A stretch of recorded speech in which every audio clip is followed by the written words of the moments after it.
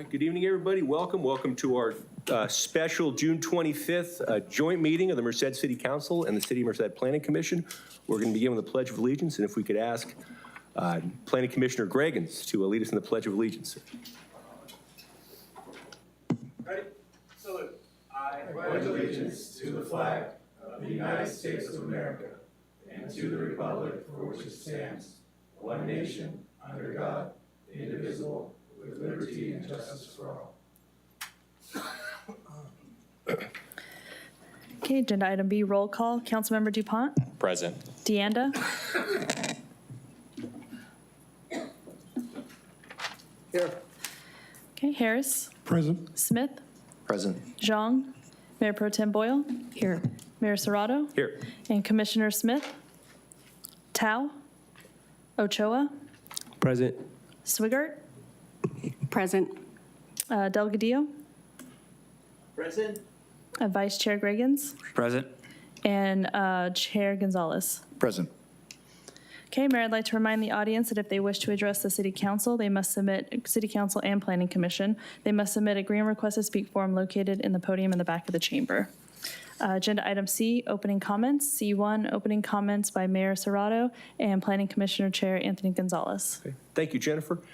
Just want to thank staff for all the hard work, thank our consultants as well for all the hard work that's gone into this so far. This is a multi-year process, a really important process, and it's a gift and an honor to be able to do this work, both at the council level and a planning commission as well. And we look forward to working really closely both with our council, with our planning commission, and with our community over the next few years to really develop our general plan and develop a great roadmap for future growth that serves Merced at a high level. So I think, again, this is a tremendous opportunity. So looking forward to everybody's contributions and everybody's effort as we work hard to come up with the best possible general plan for the next few years. All right. Chair Gonzalez.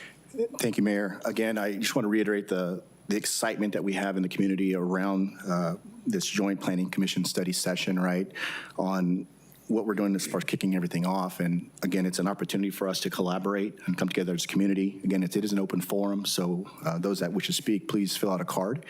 But again, thank you so much to the staff that put all the efforts into this general plan. And we look forward to working as a team to get to where we need to go. So thank you. Thank you, Chair. Chair. Agenda item D, study session. D1, joint City Council Planning Commission study session, kicking off the comprehensive general plan update and the Merced Downtown Station area plan. Thank you, Jennifer. All right, Johnny and Leah. Mr. Mayor, thank you very much. Members of the council, Mr. Chairman, members of the Planning Commission, I'm Johnny Land. I'm acting planning manager for development services for the City of Merced. As has been mentioned, this is our comprehensive general plan update. It also does involve our downtown station area plan. That'll be embedded in all of this time.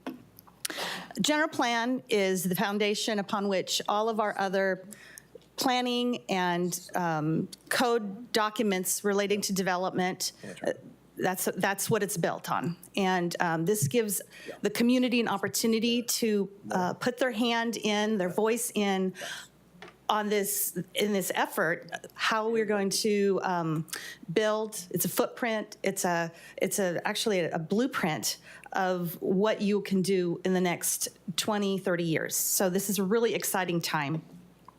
I'm here with Leah Brown, our management analyst, and we have been starting this process, but we can't do this alone. Our planning staff is very busy trying to do the day-to-day work that the community needs us to do. So we have brought on help, and Leah will talk about that. Thank you again for coming together tonight. We are very excited to begin this process and having this public kickoff meeting for all of you and with you to go over the general plan and downtown station area plan. And to this effort, we, council allowed us to hire Mintier Harnish as our consultants. And I'd like to introduce them tonight. They're going to go ahead and give the presentation.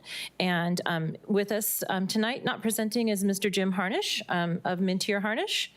And And presenting tonight, we have Brent Gibbons and Michael Gibbons, and both of Mintier Harnish, and our subcontractor, Matt Tacker of WRT. So I'd like to welcome them up and let them take it away.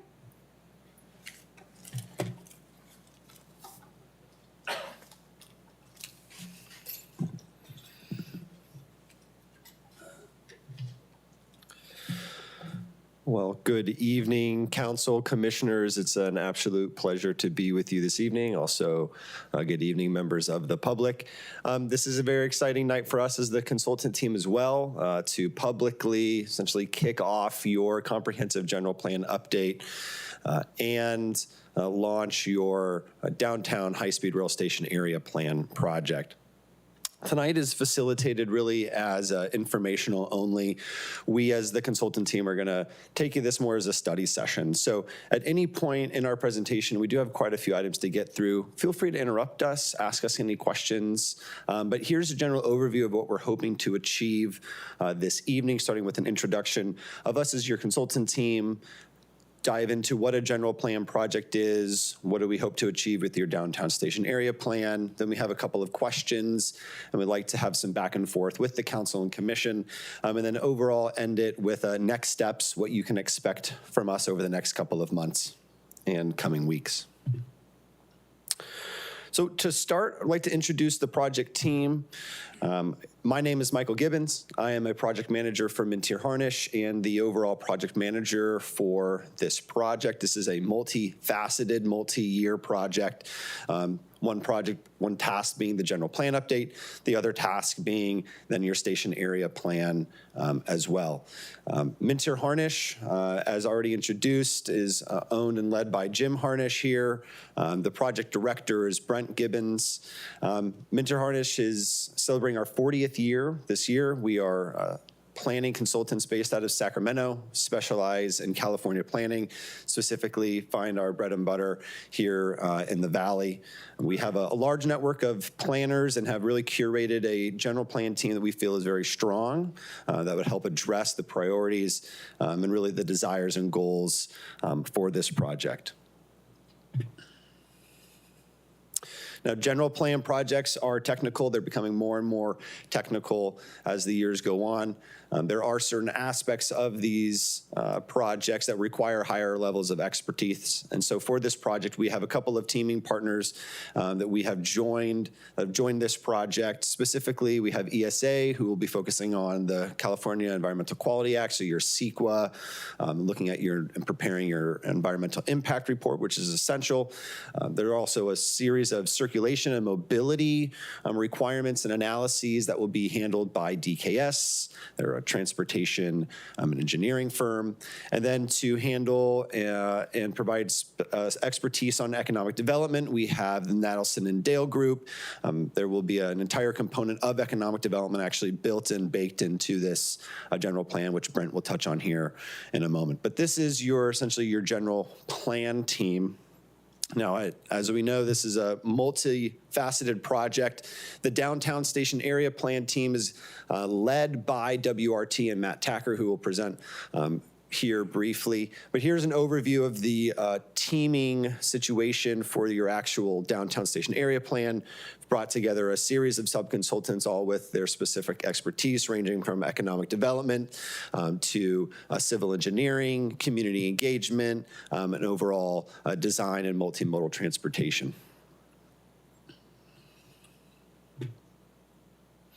Now, our team, it's a fairly large team, is being fearlessly led by your dedicated city staff.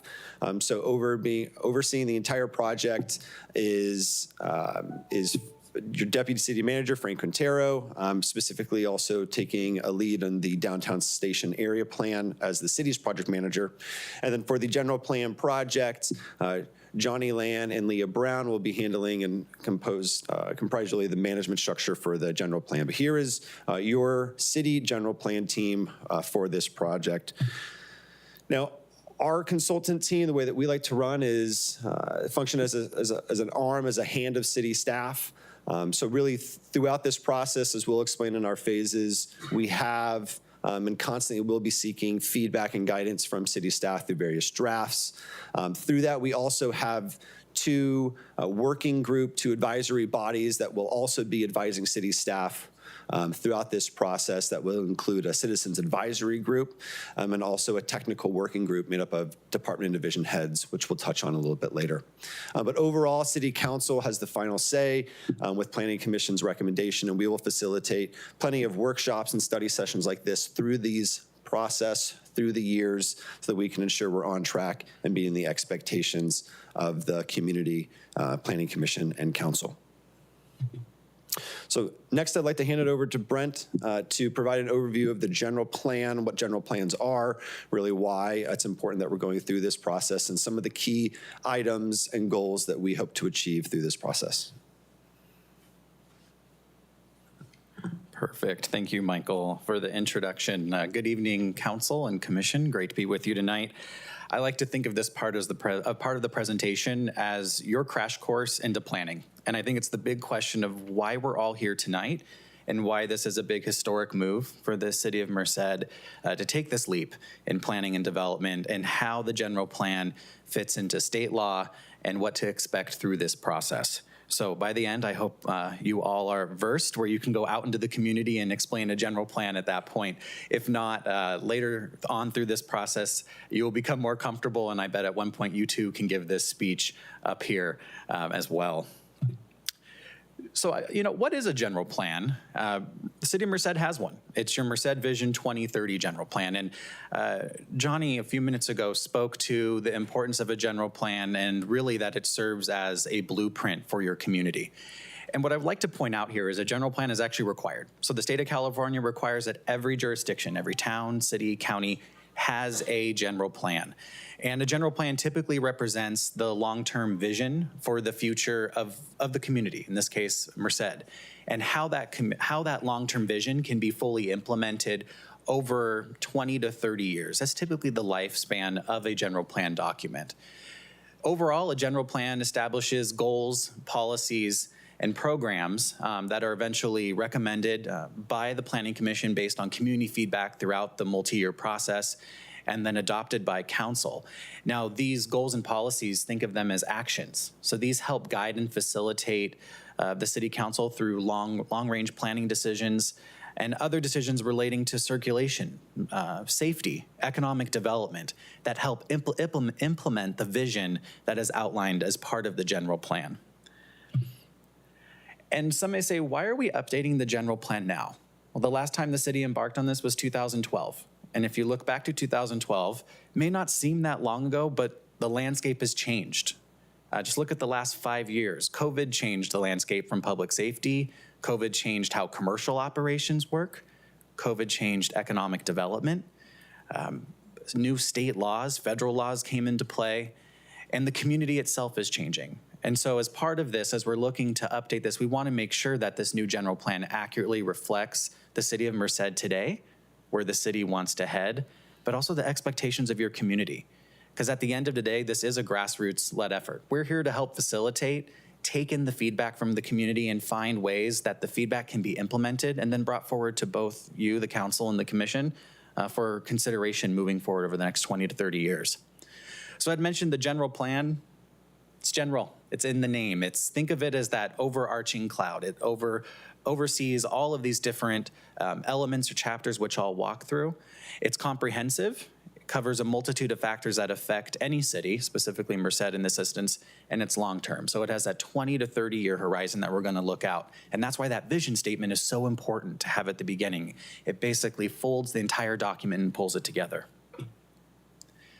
So this graphic up here, you will see this a lot through this update. This was probably one of my favorite graphics in the 13 years I've done planning, because to me it explicitly explains what the general plan is and how everything else works within it. I like to think of the general plan as your base. It's your starting point, your overarching goals and policies. Everything from that point on implements the general plan as you work up the pyramid. So from your general plan, you have master plans, which implement your vision and your policies. Think of a master plan as a smaller version of a general plan in specific areas within your community. From your master plan, you go up one more level in this pyramid and you deal with your zoning and engineering standards. Zoning standards. What can you do on your property? What's the permit requirement? Or what you hear most, how high can my fence be? Can I have chickens? Where can I open my restaurant? That's all covered in your zoning. Zoning needs to be consistent with your general plan. You're starting to see the picture. It all fits within this pyramid. And state law requires that it's all internally consistent. If not, project approval gets difficult and your staff will have a hell of a time trying to bring things forward and bring more economic development to the community. At the top of the pyramid, that's your building permits. That's where most of the community interact with planning. That's when you come to the counter, you want to build an ADU, a shed, expand on your home. The building permits need to be consistent with your zoning, consistent with the plans if you're in a master plan area, and then obviously consistent with your general plan. And as you can tell, at the base of the pyramid, we're starting more general, and as you work your way up, it gets more specific. So I touched on the fact that general plans cover a variety of topics.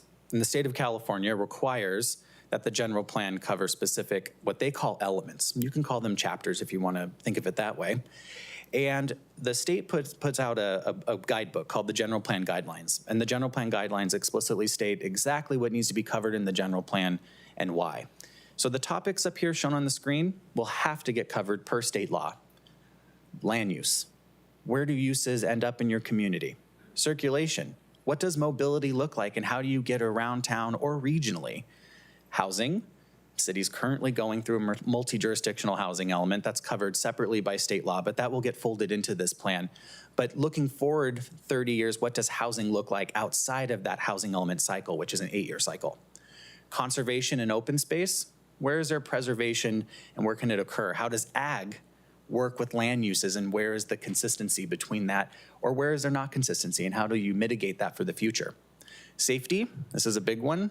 Looking at safety from natural hazards, whether it's flooding, fire, or man-made. How does the city respond? You have to cover noise, it's pretty standard, and how the city mitigates noise effects and impacts. Environmental justice is a relatively new one. We'll touch on that in a moment when we talk about state law. And then the last one is air quality. This is important. The state requires that the San Joaquin Valleys, the 8 San Joaquin Valleys, include this element. Other areas of the state do not have to, but as part of this, we will tackle air quality within the element. Now, those listed on the screen, those are the requirements, but the state allows a whole host of other optional ones that are at the city's discretion. Some communities include a community design element, urban design element. Some include economic development. And as part of this, we'll work with city staff as well as recommendations from commission and council on other elements that are unique that we should include as part of this process. Economic development being one of them was a big push by the council moving forward with releasing the RFP on this. And so we envision that economic development will have a vital role in this general plan moving forward because the general plan will serve as an economic engine for the next 20 to 30 years.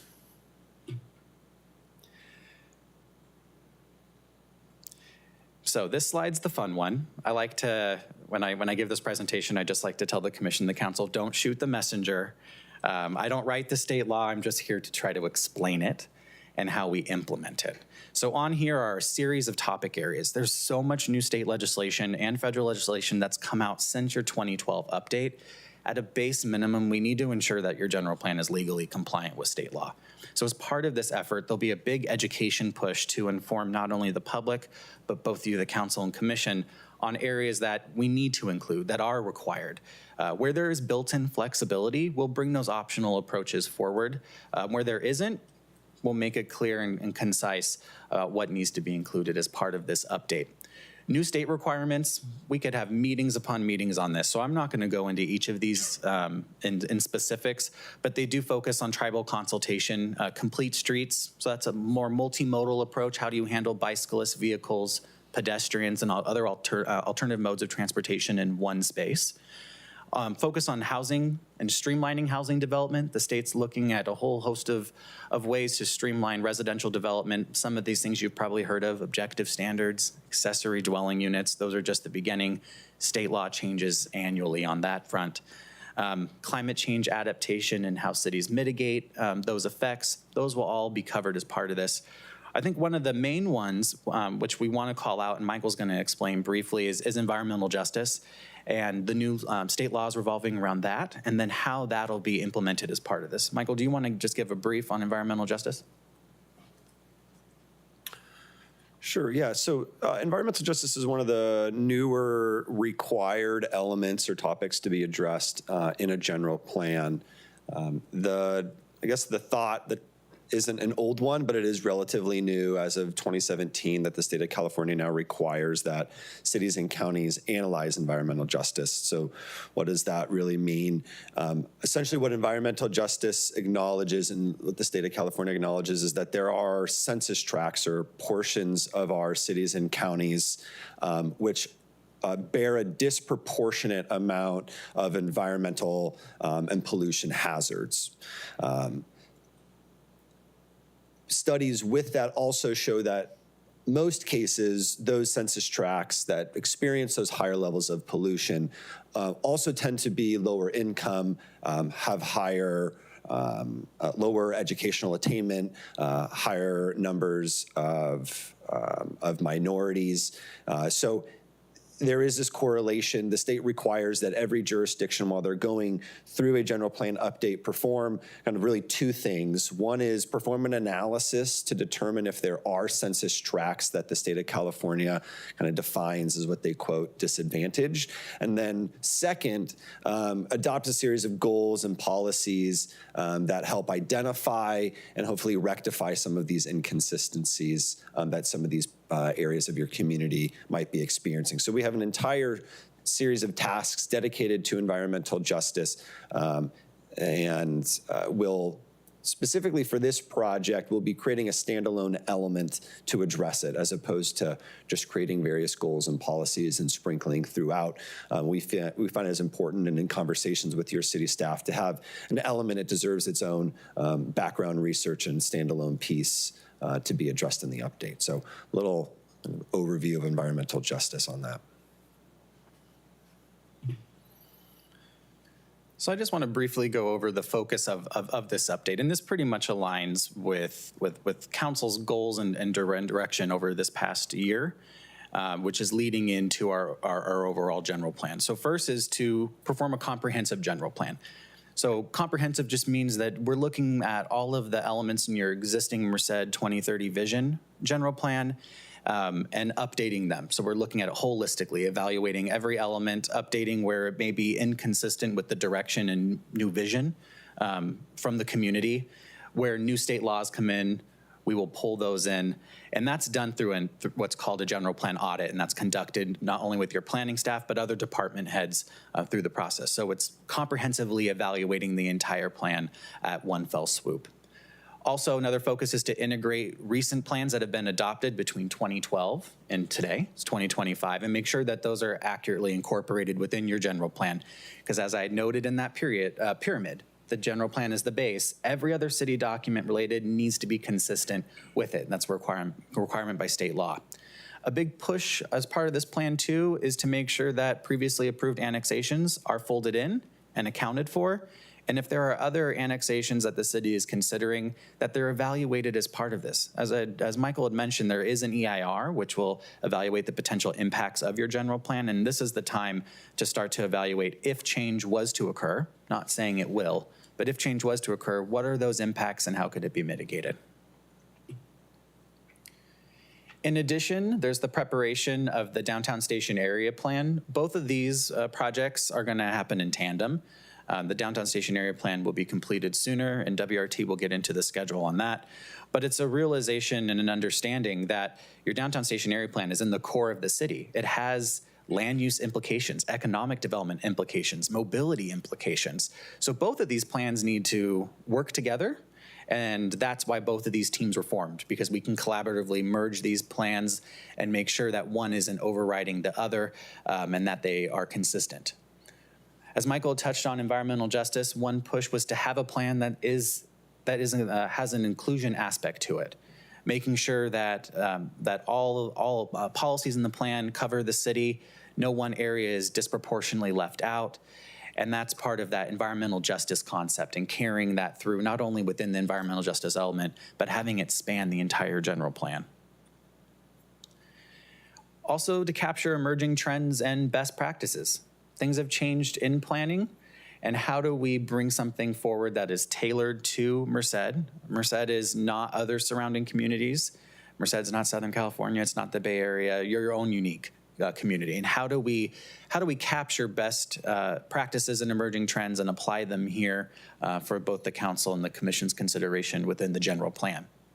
As I had just touched on, ensuring compliance with state law and the general plan guidelines, that's a base minimum as part of this to have a legally compliant document.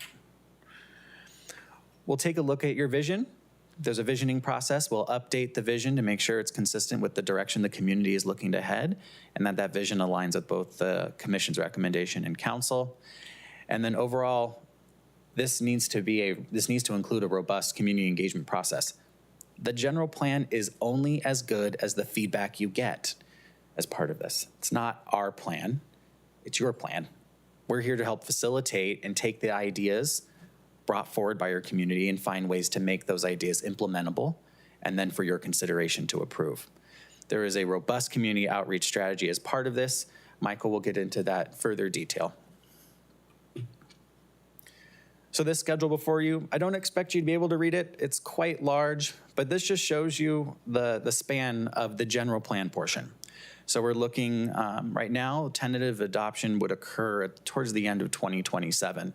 But you can see the series of phases as part of this. Each phase has a series of deliverables, which I'll walk through, and community engagement events tied to those that are based on the release of those deliverables. So the public is included in all aspects of this and can weigh in as part of this process. So right now, this is about a 2.5-year project. I will say for a general plan, that's pretty quick, that's pretty aggressive. But as of right now, our team is confident and your city staff is confident this is something that we can pull together and make sure that is brought before you, and also includes all of your community's expectations folded in. So I'm gonna walk through the different phases here. So phase one, that's why we're here tonight. This is the project initiation. This is the formal kickoff with the commission and the council and the community. As part of phase one, we do a deep dive evaluation of the community in order to get a better grasp of where Merced is today. I like to say this during projects like this or similar ones, that as part of this consultant team, we can understand Merced on a data level. I can look at all the statistics I want, but it takes on-the-ground history and knowledge of people who live here, work here, to help offset that and provide that localized context. So when you meld those two together, that's when the great work occurs as part of this. And that's all starting here in the project initiation phase. In phase two, that's the existing conditions and trends. How can you plan for a community if you don't know where it's been? Or you don't know what's there today? So as part of this, we take a snapshot of the city of Merced in 2025. What's on the ground? What are the uses? What's the economic climate? Has there been any changes in the local economy? What's the circulation pattern like? What are the plans?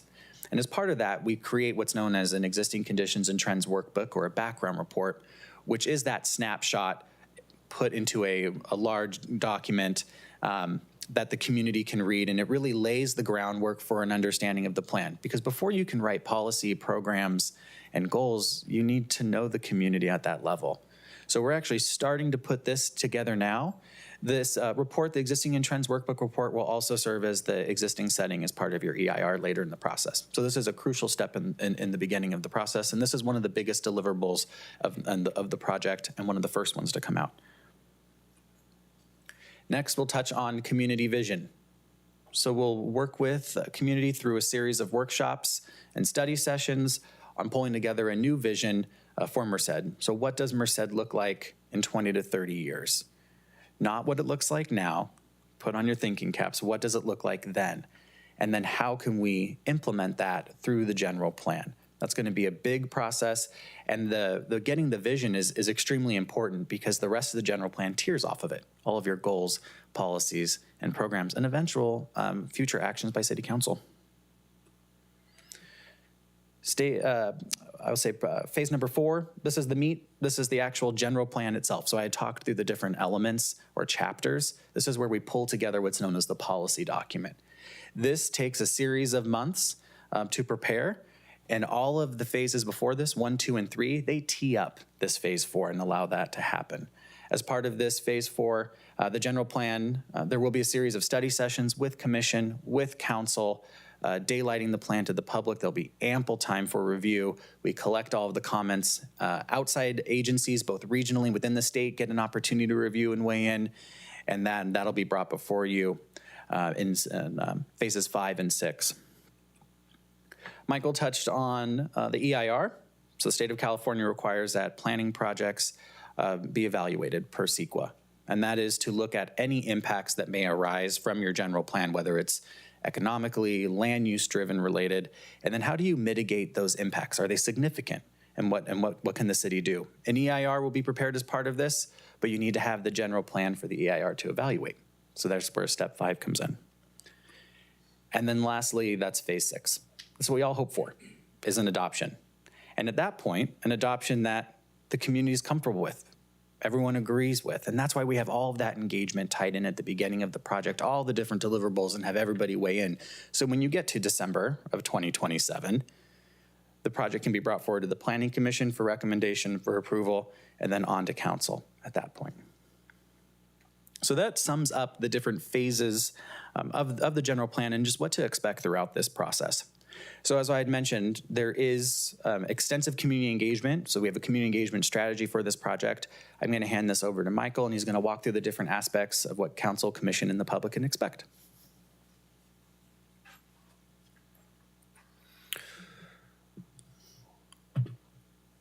Okay, this is the fun part.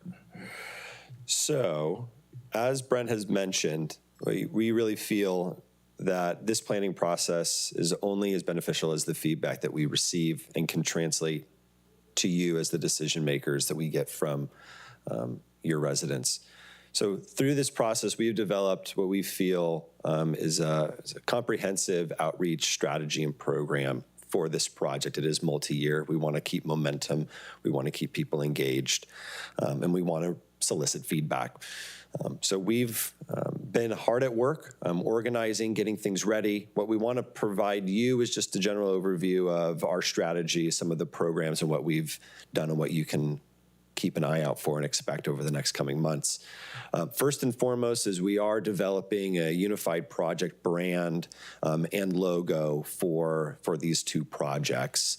What we kind of have settled on as the city staff and consultant team are the two following project logos. These two project logos will be going to city council in an upcoming meeting to vote. So there are, and there is an option for refinement, I assume, but these are essentially what we have so far have presented for consideration for the overall branding and image for the project. This will be on business cards that we have, just various deliverables, and most importantly, will be pasted on the website. We have and we treat our website, we have a dedicated page dedicated to these projects, and we treat this as essentially the library for the project. We have it broken up into a couple of tabs, if you can see, or if you want to follow along. It's imaginemerced.com is the URL, the handle for that.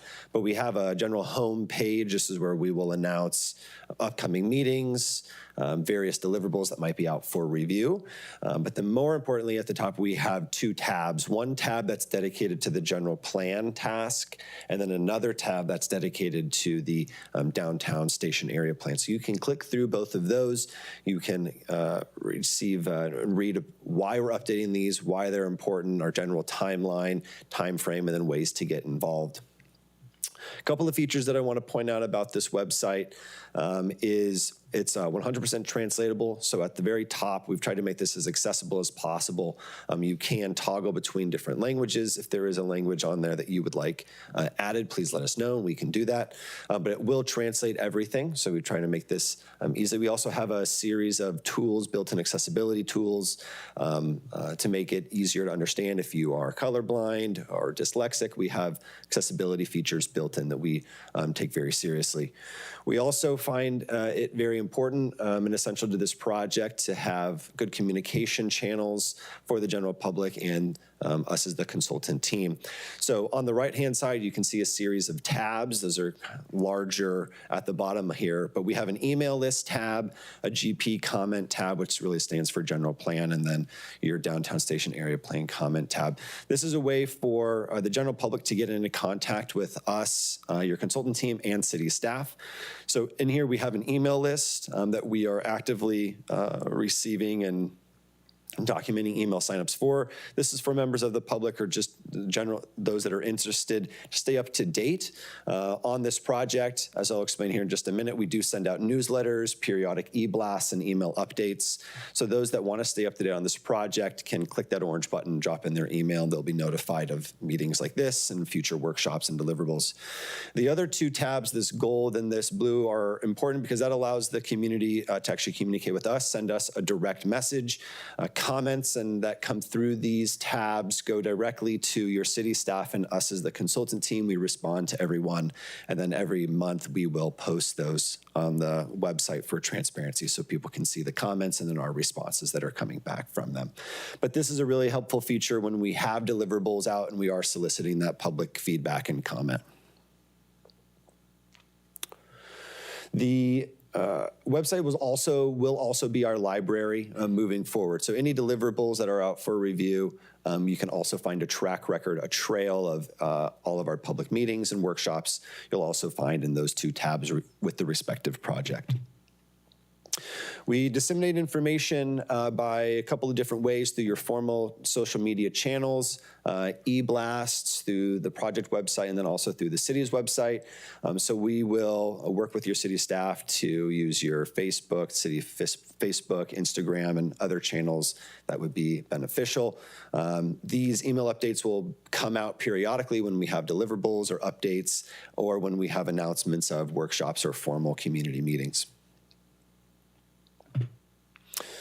Another way that we get information out is by newsletters. We will post these to the website, also send these out. The more comprehensive update, typically when we finish a phase, we'll provide a summary of what was conducted, the outreach, and then what you can expect from the project team moving forward into the others. So we have a series of newsletters planned and phased throughout the project that will bring people up to speed on where we're at, where they can expect the project to go.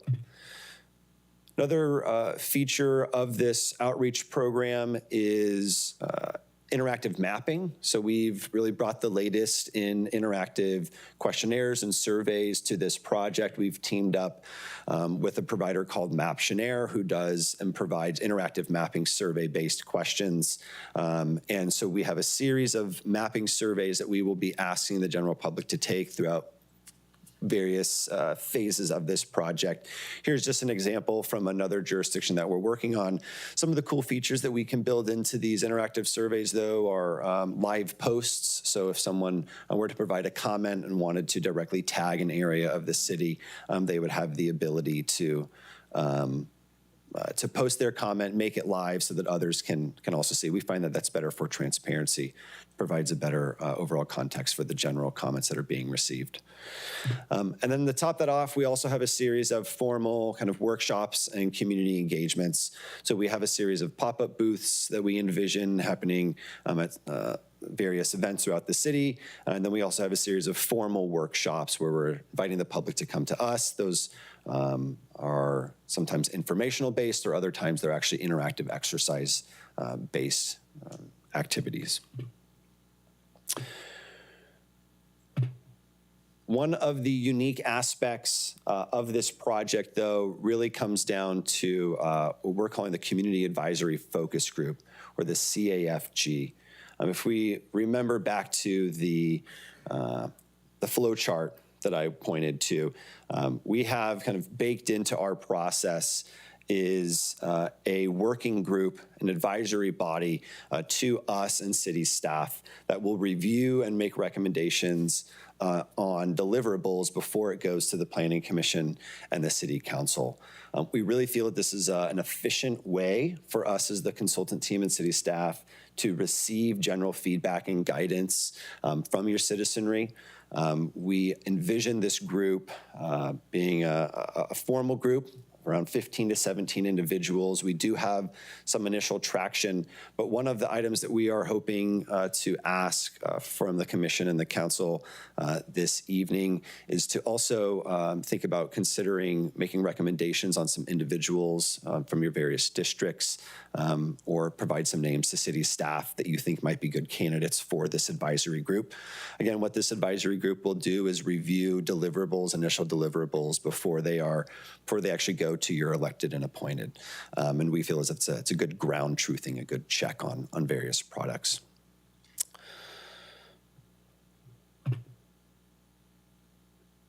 So that is a general overview of the community engagement strategy. I'm going to hand it to Matt Tacker with WRT to provide you now an overview of the downtown station area plan, many of which some of the community engagement strategies will also be employed in that task as well. Thanks, Michael. Well, it's my pleasure to be here. Love Merced.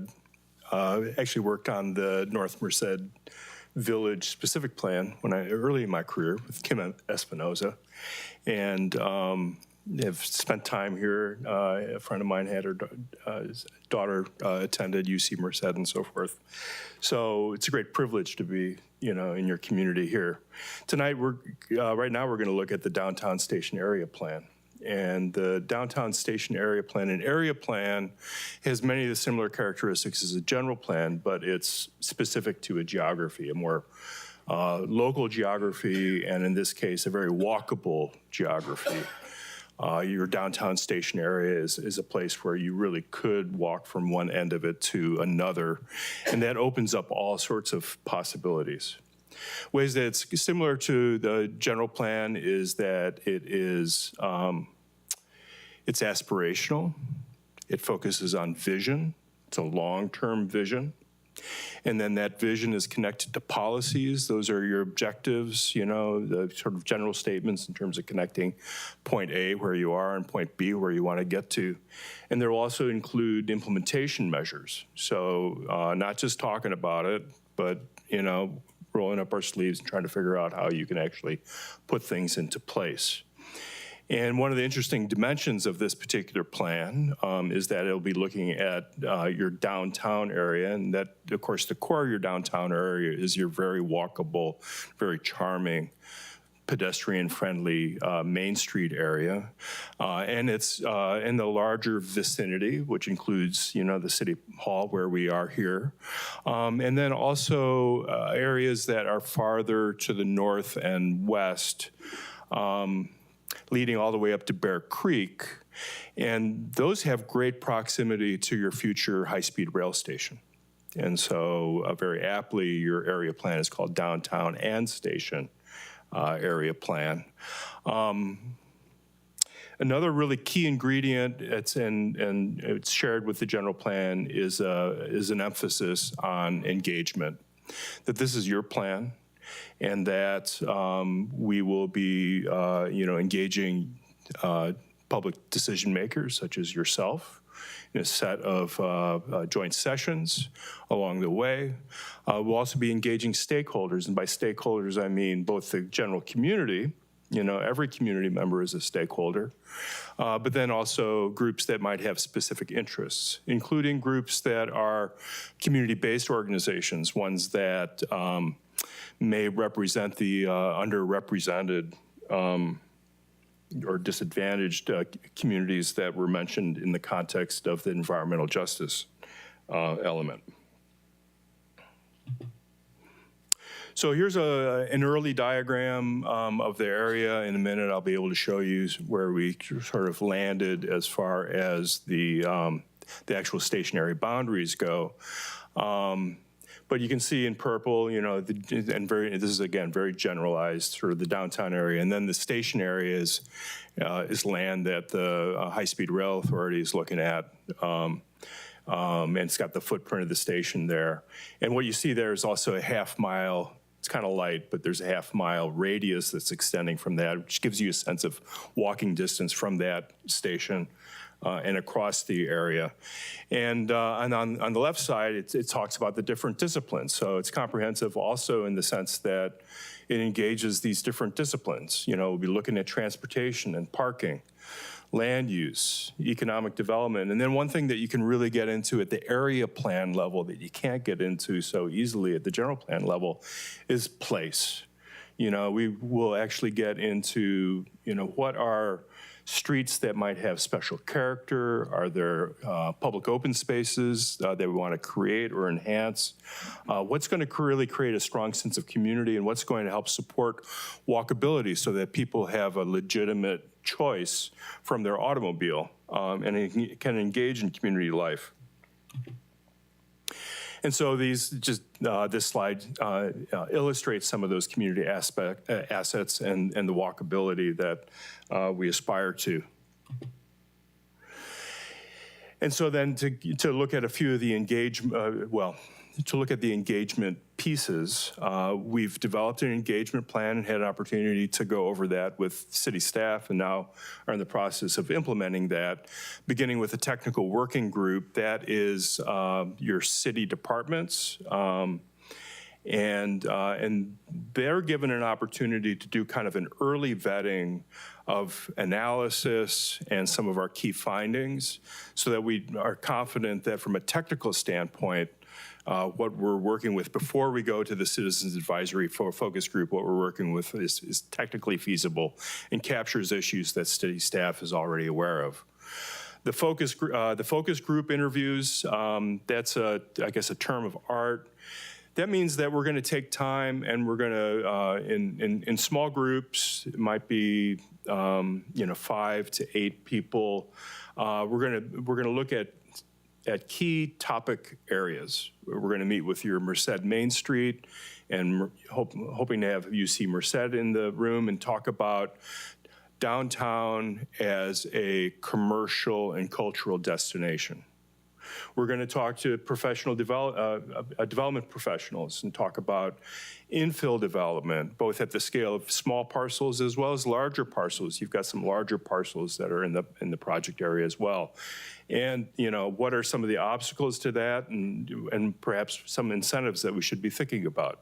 Transportation agencies, with the high-speed rail station coming here, and it's not just high-speed rail, it's also the ACE line and Amtrak, and there's convergence in also your local transit agencies. There's going to be a convergence of transit, which is going to give your downtown and station area sort of a unique locational advantage that we want to take full advantage of. But to do that, we also need to make sure that we're accommodating the needs of those transportation modes, and think about transportation not only at the scale of the area plan, but also how it extends out into the general plan area. And so that's actually a unique aspect of having this area plan and the general plan going together, is that there may be some corridors, such as the corridor that runs out to UC Merced, that we might, through the general plan, strengthen, and by doing so, really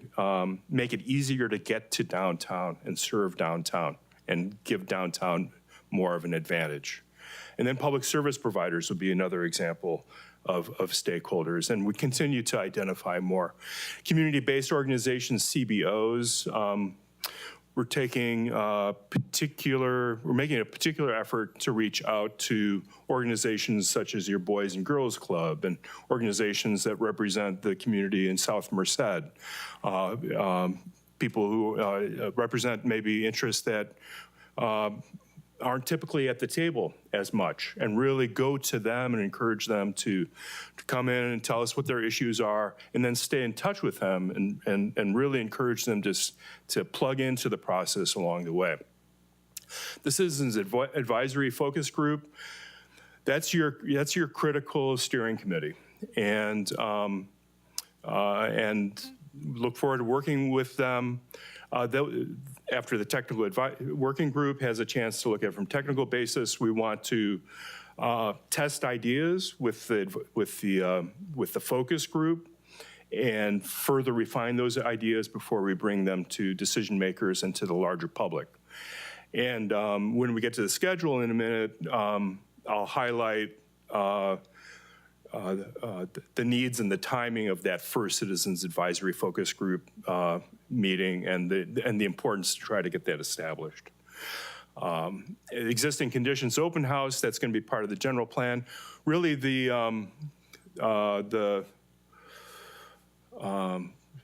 one of the most critical forms of engagement for the downtown station area plan is a workshop where we'll be looking at scenarios or alternatives. After we've worked through the issues and after we've heard from these specific groups about issues and start to think about different ways we could handle it, we want to present those possibilities to the larger community and give them a hands-on opportunity to help shape, help guide what a preferred direction might be. We'll be bringing the results of that scenarios community workshop and the accompanying survey to this body to look at it and to help set the direction for the downtown the downtown station area plan before we get too far into it.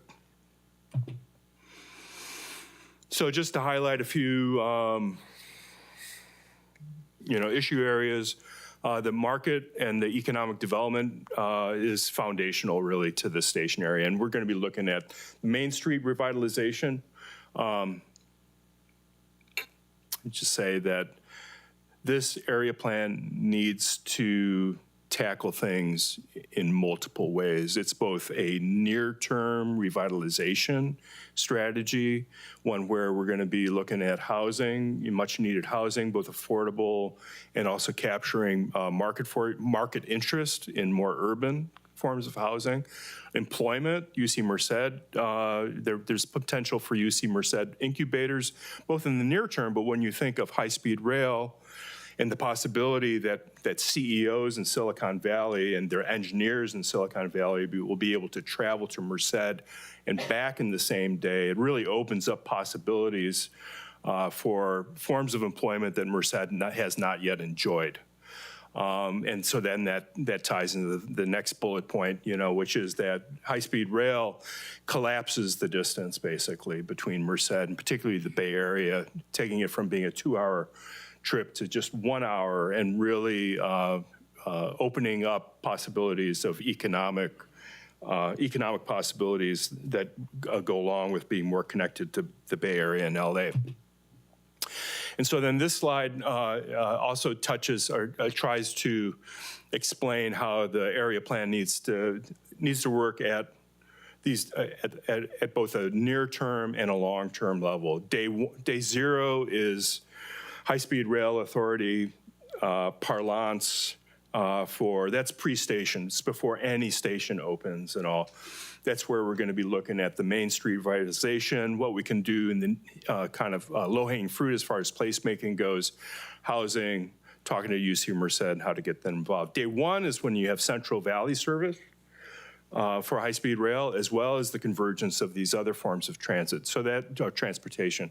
So that opens up new possibilities and starts to hopefully serves as a catalyst for early investments in research, development, and other forms of employment. And then day two is where you have the Bay Area and LA service. And the idea is that if you have a really strong plan, it starts to really encourage. It becomes a recruitment tool for getting interest of Bay Area and other employers to be looking at Merced.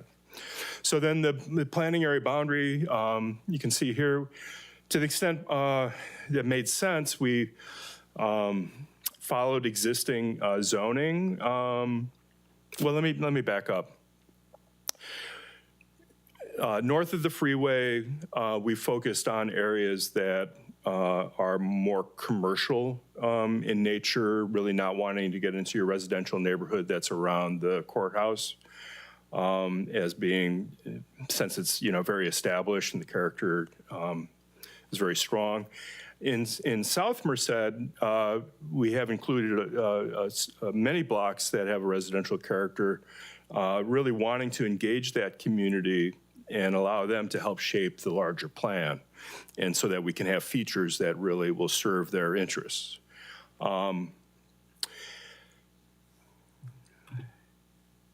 And let's see here. Let me just stay there. And so it's not highlighted in the graphic, but we've got the downtown area, that walkable area. And then to the north, sort of on also between the freeway and your downtown area to the what's shown as east and west here, you've got land that, I'm going to say you have a significant amount of underutilized land that, after we've looked at sort of assessor's information, is fairly low intensity. It's mainly parking lot or even vacant, rather than building.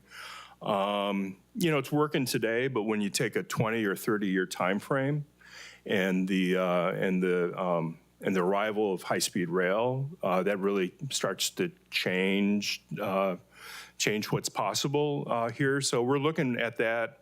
We're really, so we've got both stable areas, where people, where that Main Street commercial is today, and then we have parcels where something really could happen in the long term, particularly in the vicinity of the high-speed rail station. And there's an aerial there for reference. Okay, so schedule. I think, well, this area plan is funded in large part by a grant from the High-Speed Rail Authority. And one of the conditions of that grant is to complete the plan before the grant expires end of June. And we got to give ourselves some contingency. So the RFP, the request for proposal, is really made end of March. The goal for having a plan that is finished and is endorsed. And I use that word endorsed rather than adopted very intentionally, and that is that the EIR, the environmental impact for the area plan, is going to be completed as part of the general plan process. So you really won't be in a position to adopt the area plan, but you can endorse it, and it would be complete. And it would be complete, and there would be, and it can still serve as a guide for a great many things. You could even implement a great many things, but not those pieces that are contingent upon the EIR. So March becomes, end of March becomes like this really important, and we've stretched it a bit here, because we've had to, given how the date that we're starting this. Plan development will take that long. So that's the red bar. And meanwhile, the blue area, which is analysis, is taking us through, August. And then in between, we're going to be looking at the scenarios and then what's called the plan framework. And the plan framework is like the area plan, but it's without all the detail. Instead of having a 100-page document, it's 20 pages of sort of high-level points, issue or policy points that everybody can find agreement around before we invest all the time of doing the big plan. And so then if we look at the early phases, the analysis and the scenarios, again, don't expect you to read it. There won't be a test. But we're eager to work with your technical working group to be looking at the analysis, and we're shooting for something in early or mid-July for that. Another thing that's going on along with the analysis is looking at your vision statement and goals. There's some goals and visioning that's already occurred. We want to take a look at that, and we want to refine it, and we would like to get the citizens' advisory focus group's perspective on that and further refine it before we bring it to this body to endorse it. And so that's on the critical path and is one of the reasons that the Citizens Advisory Focus Group and its formation is, it's a pressing need. So I just want to point that out. And then as far as scenarios go, we're shooting for, in early to mid-October, the scenarios workshop. And the scenarios workshop, again, we're going to have developed alternatives. People will be working in small groups. They'll be able to work in small groups with alternatives right in front of them on the table, and we'll give them tools so that they can modify and maybe blend alternatives and so forth. And then we'll be also giving an opportunity for that kind of feedback with an online survey. And then that sets the stage for coming to you all, allowing you to set the direction of a preferred alternative and really getting started on the plan itself. And with that, welcome your questions and look forward to hearing your comments. Thank you very much for the presentation, gentlemen. We appreciate it very much. Any comments or questions from either our planning commissioners or council members? And planning commissioners, the request to speak button there, it's going to come up. It'll come up on my screen too. So, Chair Gonzalez. Yeah, thank you for giving me the opportunity.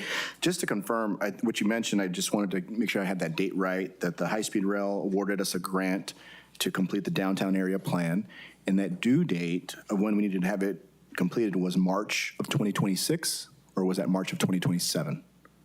2026, yeah.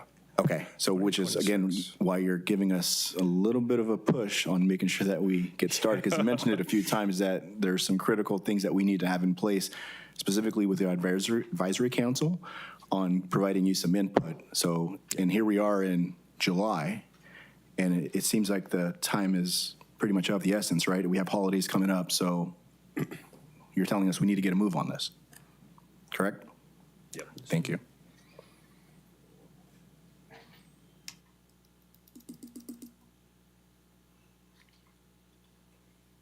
Councilor Smith. Thank you very much. Thank you, gentlemen, for the presentation. I appreciate the fact that I could just say, Mr. Gibbons, I'll get a response, so that's impressive. I think I have 4 questions, but as my colleagues know, that often leads to others. I'll do my best. So on the matter of the general plan,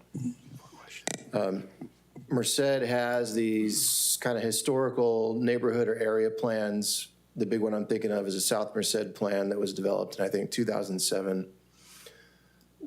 What is the role that those existing planning documents that are outside the general plan, what role do they have in this new general planning process? And are they superseded? It's a great question. Not superseded, but there is a sense of consistency that has to be there. So the state of California requires, being that the general plan is your foundational document, that all other plans, policies have to correspond with that.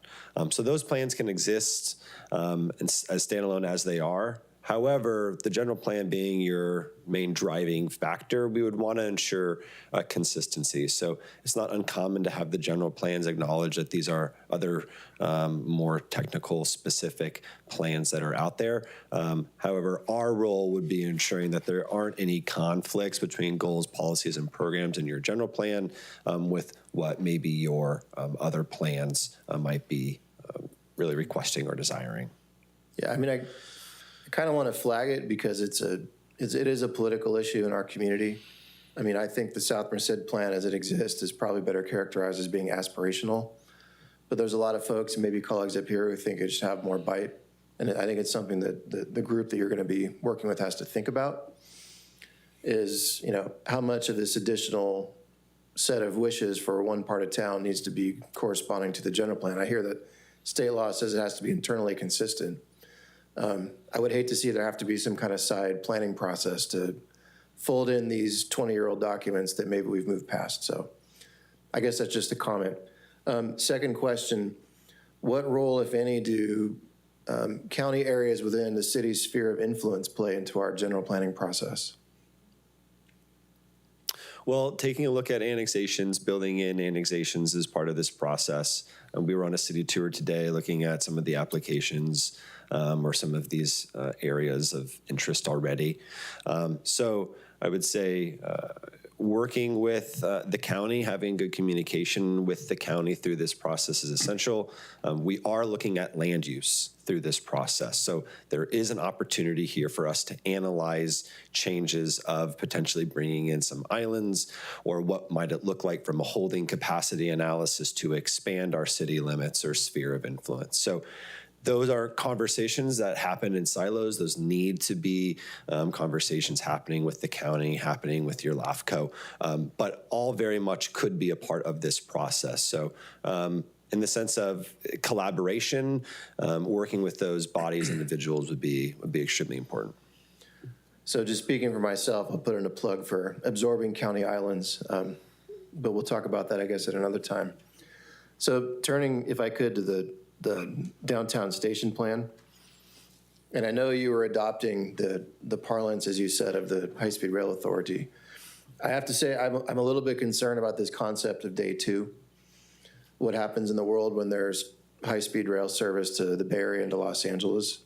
I'm 50 years old. I would hope that this plan actually has some real-time benefits for those of us who are alive now.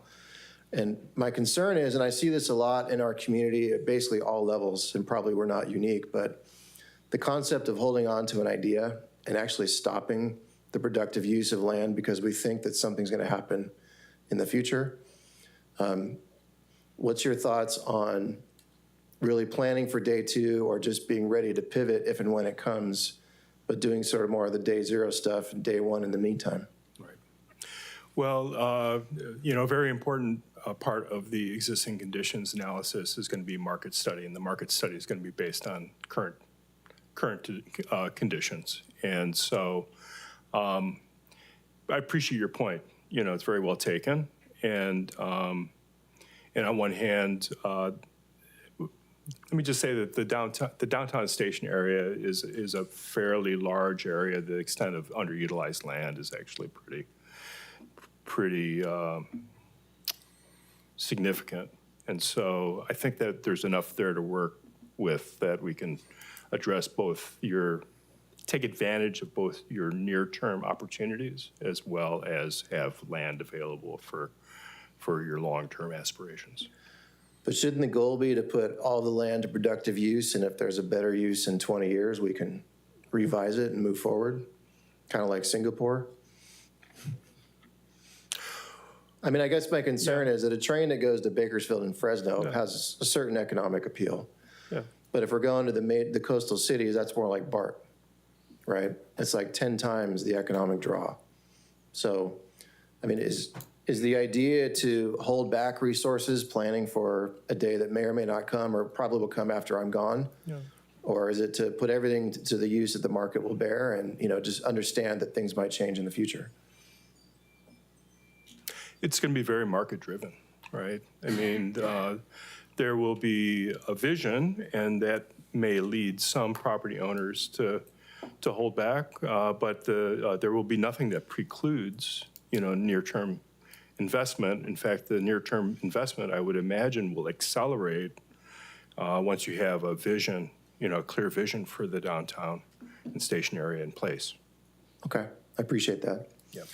Final point I have, and this goes back to the various timelines, and I agree it was kind of hard for me to see. I'm not wearing my reading glasses, but just a thought, having done this volunteer elected official thing for a while, I might think about ways to get check-ins with council and the planning commission more often and sooner. I mean, I often feel like the last people who are being asked for their opinion are the ones who have to decide on it. And so if we don't get input until we're getting close to the endorsement phase, just to use the phrase, I'd just be really concerned about how that might go. And certainly, there might also just be some inertia where we feel like we have no choice but to press yes, right? So I would just think about, non-binding ways to do that. Obviously, the advisory group can drive the bus, but I might try to work that a little bit more into the schedule, just my perspective. Appreciate that. And the schedule continues, and the process continues to be kind of a working document, with city staff. I will say that the vision and goals will be coming back to council for its endorsement. We're hoping, if the Citizens Advisory Focus Group is established, we're hoping to be able to do that in late August or early September. And then we very intentionally created this phase that we call plan framework, so that you have an opportunity, after the scenarios are considered by the larger community, you have an opportunity to hear what the community said, look at those scenarios, set the direction, and then we'll come back again, and you'll have an opportunity to agree to your high-level principles together before we actually get into writing the meat of the document. All right, sounds good. I appreciate that. Thank you, gentlemen. All right, thank you, Councilmember Smith. Jennifer, anything from the public? We haven't received any green request to speak forms. Ladies and gentlemen, there'll be time to give public comment as well, so if there's anything you'd like to say, again, this is informational only. There's no, as everyone's well aware, there's no decisions being made tonight, but any discussion, comments, please feel free to fill out the green request to speak form in the back, and we'll permit public comment. All right. I have either Commissioner Ochoa or Swigert, or both. Okay. It says Ochoa/Swigert. Nice. Thank you for your presentation, gentlemen. One thing I want to say about the downtown station area plan, I know UC Merced was mentioned in that, but not Merced College, so I do ask that you reach out to them. I think this is a great opportunity to create some equitable access to education, especially for our community college. They offer a ton of great programs that keep expanding, especially in our agricultural industry too. And just another concern I have is, this is a very big project, especially for our downtown area. I pride Merced on being having that small town feel. We have a lot of local businesses downtown, and the workshop time frame is a little less than 2 months for community input. So I hope that the way you're going about public engagement is very, very good, because I don't think that's a lot of time to make a big decision on what our area is going to look like, especially with high-speed rail implementation, and then to plan for the next 20 to 30 years as well. So I just ask that the engagement be very, very good. Thank you, Commissioner Ochoa. Anyone else? Mayor Pro Tem Boyle. Thank you, Mayor. I just have a few comments and questions. You mentioned social media. Will you guys be creating your own accounts, or will you be utilizing our City of Merced accounts for your postings? Wonderful question. So we will be using the city's formal channels for that. Internally, our team, we will draft the initial image graphic, draft then the associated post. One thing that I forgot to mention is that those will also be in English and in Spanish. So we will be providing all outreach materials in Spanish translated. So we'll provide that to your city staff, and then they will format it however best to format it, whether that be Instagram or Facebook or Nextdoor. Thank you. Is there any way we can also add in Hmong for translation? We have a large Hmong community here. Absolutely, yes, If we that's are. possible. We can certainly add that into some of the features. We can work with city staff on refining what other deliverables might be able to be translated. Thank you. You mentioned the brand and logo. I'm very keen on branding.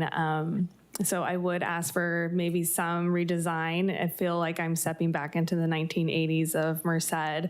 Not trying to talk negatively about it, but we're thinking of what Merced is going to look like in 30 years. And I mean, I really feel like we're going to be transforming so much, especially with the UC. And I would love to see, something a little different. And then another question I did have was working with past cities. What has been your experience when it does come to the Commons? Do you feel that more people are coming in person? Is it the online submissions? Do you feel like when you're done, is there something you guys feel like you could have done better, or were your efforts met? Just kind of want to get your feel. And then also, how can we help in that aspect as well? Absolutely. So yeah, a couple of aspects that I want to touch on there. One is, I think one of the key aspects of this I'd say one thing that we've taken from COVID that is a very big change, at least in our line of work, is the effectiveness, as I would say, of traditional workshops. We all learned very easily during COVID that we can do a lot virtually.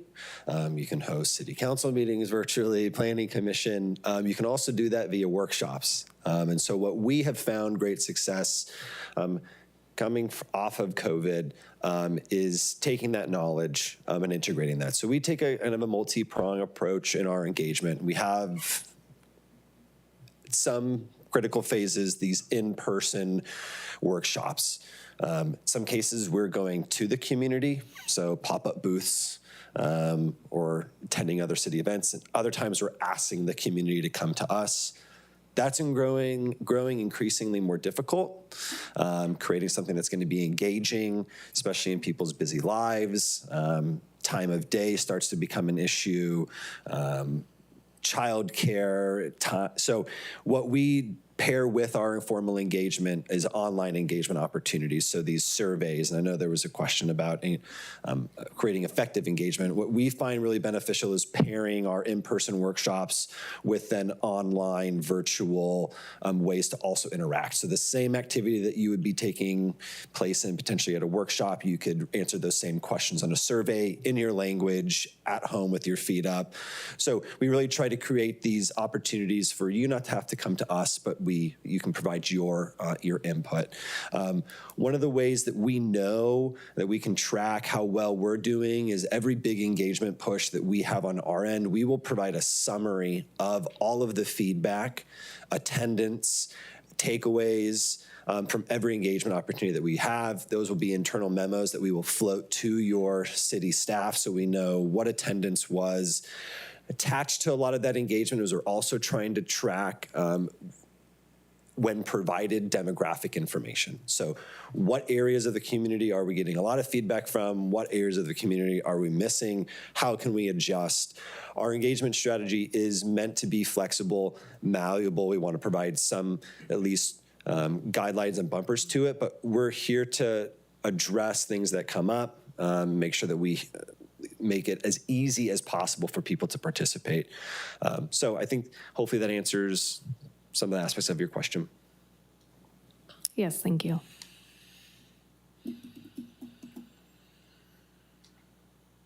Councilmember Dupont. Thank you, Mayor. A couple questions on the Merced Downtown Station area plan. We had a section talking about community-based organizations. What are the ways in which we can't always get to all of them, but how are we choosing what community-based organizations that we're going to communicate with, or what is the methodology in trying to work with them and getting their input? Yes. Our team features a consultant that specializes in community-based organization outreach. It's Sheila Hakipur, Urban Design Diversity. And working very closely with city staff, we've made a pretty extensive list of community-based organization stakeholders and have drafted an invitation. We've set a date for a CBO workshop, which will be very specific to CBOs so that it's so that each attendee really feels like they have a voice. If there are community-based organizations that anyone in this room feels really ought to be, engaged as part of that, this would be a great time to share that through the website, for instance, right? And staff can share the list that we've come up with. But we feel like it's going to be pretty well covered. The date that we've set is July 31st. That'll give us enough time to be really well prepared. People will be able to come. There'll be an opportunity for more general comment, but then we'll be giving an opportunity for people to work in small groups to identify issues and specific locations that are either assets something that people really love in their community that they would not want to see go away, or problems, things that really need to be fixed, and really see things through their lens, and then use that input to help guide the rest of the plan. Thank you. We've talked a lot about the Community Advisory Focus Group. If we have members of the public that may be interested, how could they get involved? I would say the biggest help for us right now, if you have specific individuals in mind or want to publicize that, working with city staff, Leah and Johnny, to get those names to them would be really helpful for us. General feedback for getting people involved is I would point to the website, Imagine Merced. Up there, we have all the opportunities that would be upcoming for engagement, for various deliverables that are out for review. But I'd say, for the immediate short term, if there are individuals that you feel would be appropriate for that body, getting in contact with your city staff. That way we can reach out to them, start to prime them, and hopefully get a group formed, as it is a critical step in the process. Thank you. I think Johnny has a comment as well. Thank you, Mr. Councilman. Actually, what you can do is you can approach the city clerk, get in contact with the city clerk. There are applications to fill out, and they can then vet those with the council. We already have several, 10 or more people who are interested, and so it would be go through the city clerk's office. There's an active recruitment for that group. Thank you.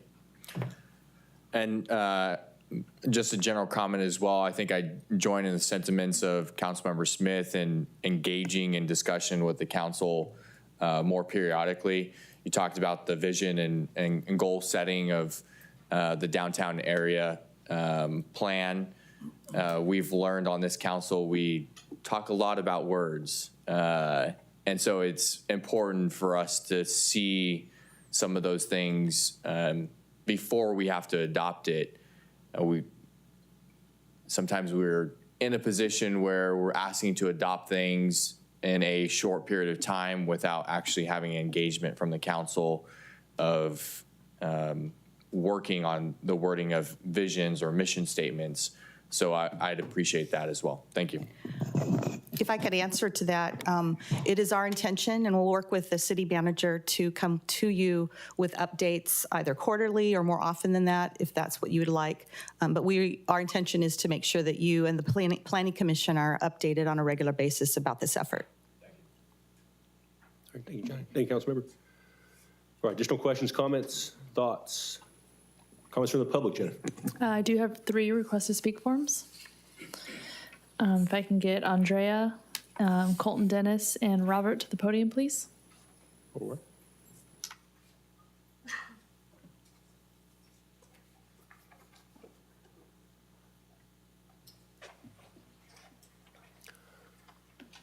Good evening, Andrea. Good evening. Thank you for this information session and for all the learning opportunities and the opportunity to comment. My name is Andrea Uribe. I'm a policy advocate for Leadership Council, and I recently started working with the community of South Merced. And today I have mainly a couple of questions rather than comments. Is it known yet what chapters of the general plan we can expect updates and changes in? I know the housing element is currently being worked on, and that has been a recent development. Will there also be changes to the housing element? Based on SB 1000 and SB 244, will we be seeing specific updates to land use? And can we know a little bit more about how the environmental justice element will be created? So that's one set of questions. And then the next one was following up a point brought up by Councilmember Smith and in reference to slide 15. What plans will be being used? I think the slide mentions that it's going to be using recent and existing prior documents, like what's going to be considered recent. Do you have an idea of like what you will be considering yet as you put together the general plan? As mentioned, the plan from South Merced is from 2007, and we know that SB 244 requires like additional analysis, and South Merced is a disadvantaged and incorporated community, so I think it would be good to know like under what lens the priorities from these communities will be being examined. And My last question is there a memo or document regarding the market context and economic development for the high-speed rail plan that was referenced in the slides? So any additional information would be great. Thank you. Thank you, Andrea. We'll take the rest of the comments and then we'll attempt to provide answers as best we can after all the comments. Mr. Dennis. Hello, City Council and Planning Commission. Colton Dennis. I'm the Executive Director for the Merced County Arts Council and the Vice Chair for the Arts and Culture Advisory Commission to the city. I'm really excited about this general master plan. I think, wow, that we still have a say in what this city is going to ultimately become. The vision of that and how exciting that is and the prospects of what can come from that. I'm excited to work with this consultant agency. When it comes to conservation, open space, safety, environmental justice, equity, economic development, revitalization, beautification, inclusivity, a lot of arts and culture involved in that. And I didn't see anything in arts and culture was mentioned once, but I don't see verbally, but I don't see anything in this plan yet of arts and culture. I know we're only in the beginning stages, but I think it's so important because arts and culture are in every aspect of our lives and are in our community. It's in our history, and it's in our future. It's in the design and the vision of what we're going to become, what we look like. And so I think it's a very vital part of what our future is, and it should be mentioned more often. It should be a part of this general plan, and I suspect it will be at the very beginning stages after tonight, and through our development of group interviews for the focus group, and for the ultimately for the that committee of the advisory citizens group, focus group. I hope that will be up, before all that it should be talked about and included into that focus group as well. So thank you very much. Yes, thank you, Colton. All right, Mr. Delana.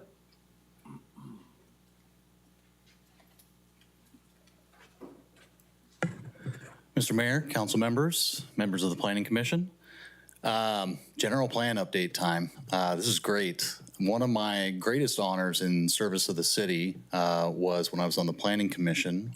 We got to oversee the last general plan update many, many years ago. During that same time, I also got to participate in the largest overhaul of our zoning code that we've had since the 1970s. I can't recall exactly when that was, the last update before that was, but that was fun as well. If I could offer up just my personal recommendations as you go through this process, having done it before, I would say be wary of analysis paralysis. Don't get stuck in a loop trying to make it perfect. Obviously, the general plan is it's a framework, it's a guide. The implementation, some of it is there, but it's more so in our zoning code and other documents. Be wary of infinite feedback loops with public opinion and workshops and feedback from the community. While valuable, it can go on and on and on. And as elected members to represent the population, ultimately the responsibility lies with you to make decisions for us all about the future of Merced. That being said, I do have some more specific items.